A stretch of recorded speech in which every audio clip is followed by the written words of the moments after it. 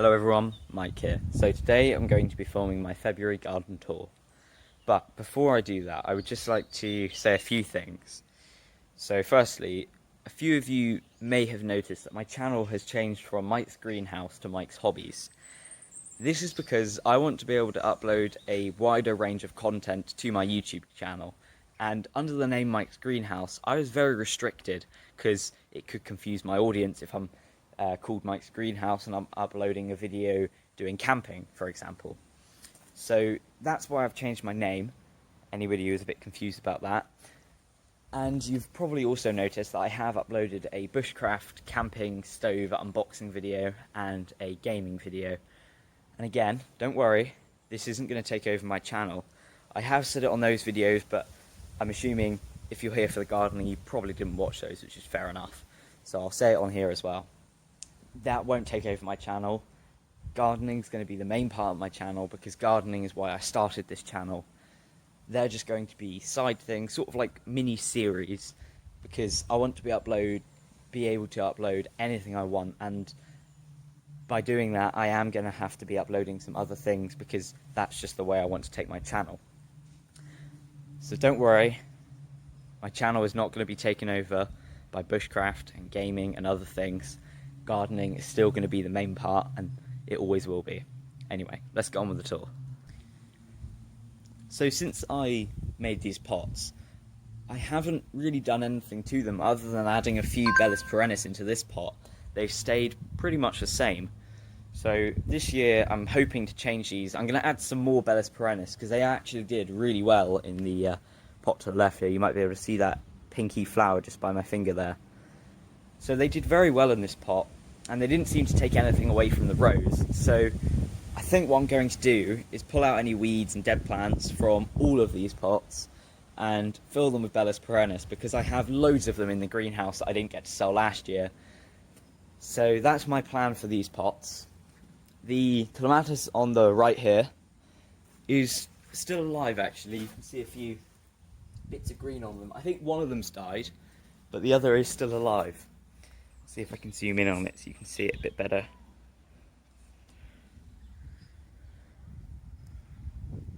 Okay.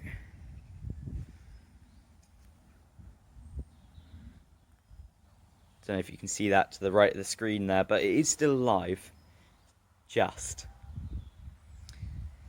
But this rose, on the other hand, is doing really well in this pot. As you can see, stretching to the very top of this trellis.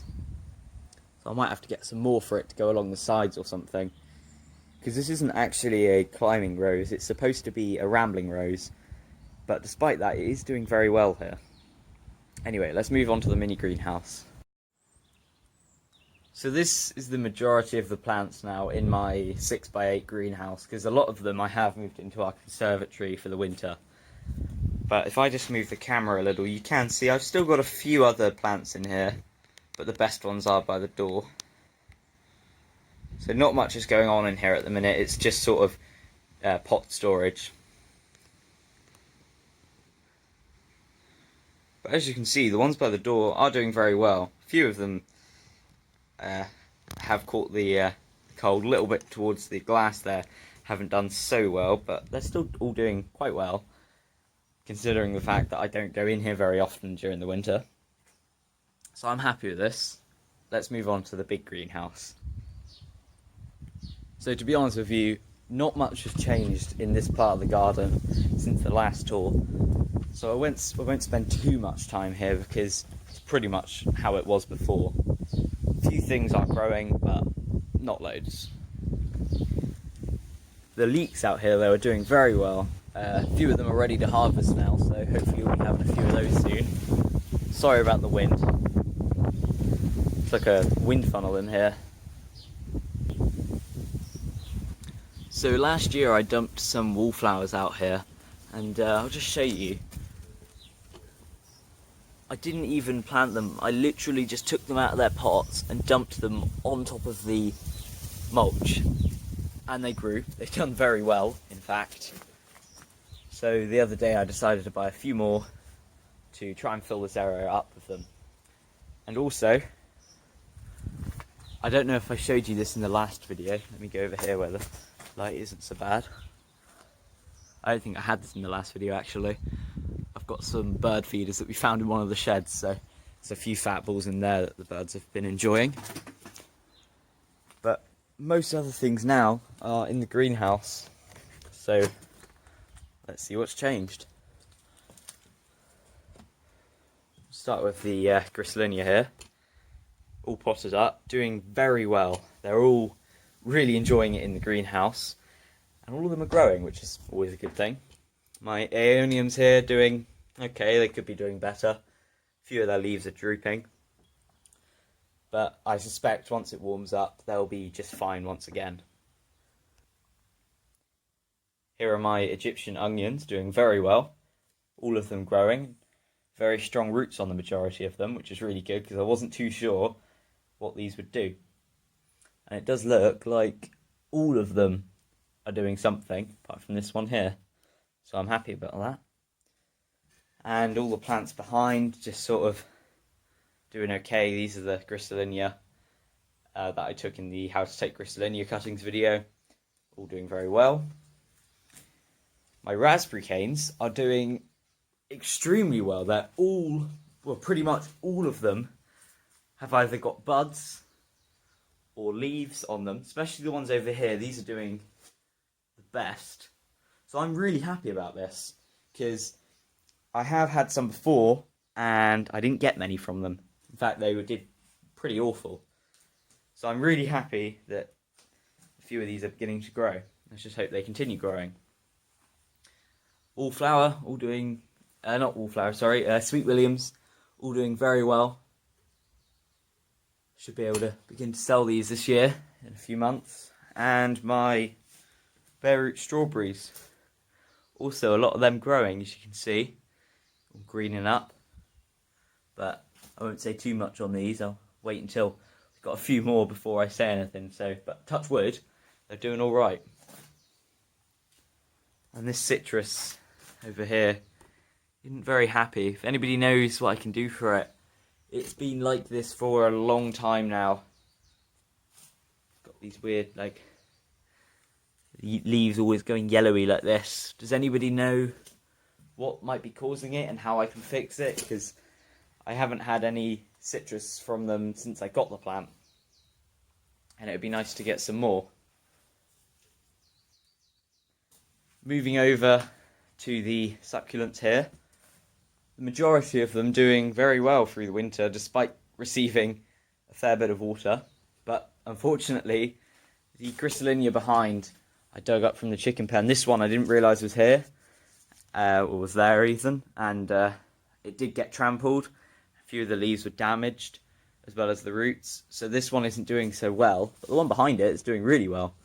Hopefully this one will pick up again. It is still alive, it's just not too happy at the minute. Got a few new plants in here. These two sedums I got from Jim Bob's Greenhouse Adventures, because basically what happened was, I think it was the year before last now, I went to a little roadside shop thing, and they had loads of these there. So I bought a load of them and took cuttings from them and did really well, and gave a few to Sonny. But then I'd been selling a lot of them, and a customer asked if they could have, I think it was like 5 or 6 of these, so I said, yeah, sure. Grabbed them. Didn't realise that they were my last ones, because I had to run down to the greenhouse to get some more. And I haven't had any since. But me and Jim Bob did a bit of a trade. I traded a salvia for a couple of these. So I'm happy about that. And then I just got a few succulents here. Crassula, species of Crassula. Just here. And another Crassula there and there. And then I think that's a aloe there. And then this lovely Aeonium.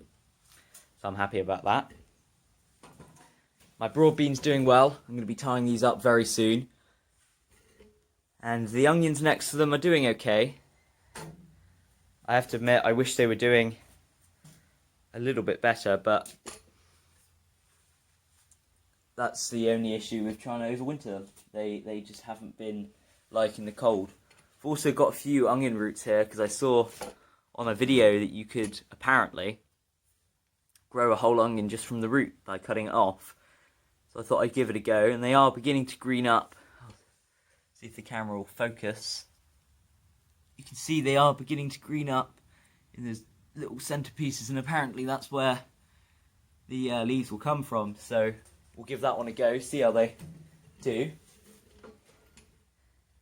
Sorry about the camera focusing. I was going to wait till later in the day so the sun wasn't on the back wall, but then I found out it was going to be really bad weather later, so I thought I'd better do it now. Some garlic here, doing very well. And that one on the far left there is a different variety, and it was planted a couple months before the rest. But still, they're all doing very well. I'm really happy with them. On the back wall, not much has changed. Got a few flowers there. I need to try and get back there to pick off those dead flowers, but currently there's a lot in the way, so that might be a job for Sunday, I think. As for everything in here, very little's changed, to be honest. They're all doing okay, touch wood, but not much to say about these. And the geraniums over here have really turned around, because I had them in that mini plastic greenhouse you might have saw at the beginning of the big greenhouse tour, and they were in here and they just weren't doing too well. I think it was just too humid for them, so I took them all out and I haven't watered them since, and they are coming back. They're all growing new leaves, so I'm really happy about that, because they were very unhappy. And my physalis doing very well, all beginning to grow again now the temperature's rising. Especially that one doing very well, because I cut off all of the leaves from them because they'd become very leggy. And the pittosporum here also doing very well in the greenhouse, all of them beginning to grow. So hopefully in a year or two I'll be able to sell these. So these are the Bellis Perennis that I mentioned. So I'm probably going to plant a few of these out in the pots outside by the shed, because these flower really well and they're so easy to grow and I really like them. So hopefully I'll be able to get a few of these out there, and they'll do quite well. As you can see, they are very similar to a daisy, but they've got much larger flowers, and a lot of their flowers, not all of them, but a lot of their flowers are sort of like a ball, like this. But they are mixed varieties here, so there are a few that are just wild ones, but I have got them sorted out into the right pots. It's just all a bit muddled up here currently. Onto the hebe. A lot of the leaves were going black on them and dying, so I separated all of the hebe out. You can see there's a couple of inches between each pot, and since then they've been doing a lot better. A few of them are having a bit of growth, but none of them are dying back, which is amazing. And the chocolate mint here doing very well. I'm going to have to pot these up soon and take some more cuttings from them, because I want to be able to have loads of them when I move into the new polytunnel. This is the plastic greenhouse I was talking about. Currently there isn't much in them. There's just a few lampanthus in there, so I'll leave these for now because I don't want to disturb them too much. And there's some cuttings in the very bottom. But yeah, again, anybody, you can see this citrus, the leaves go like a yellowy colour and very veiny. Looks like tomato mosaic virus, but I don't know. Anybody knows what this is and how to fix it, please let me know. And that's pretty much it for my February garden tour. If you're still here, thank you very much for watching the video. I do hope you enjoyed, and I'll see you next time. Bye.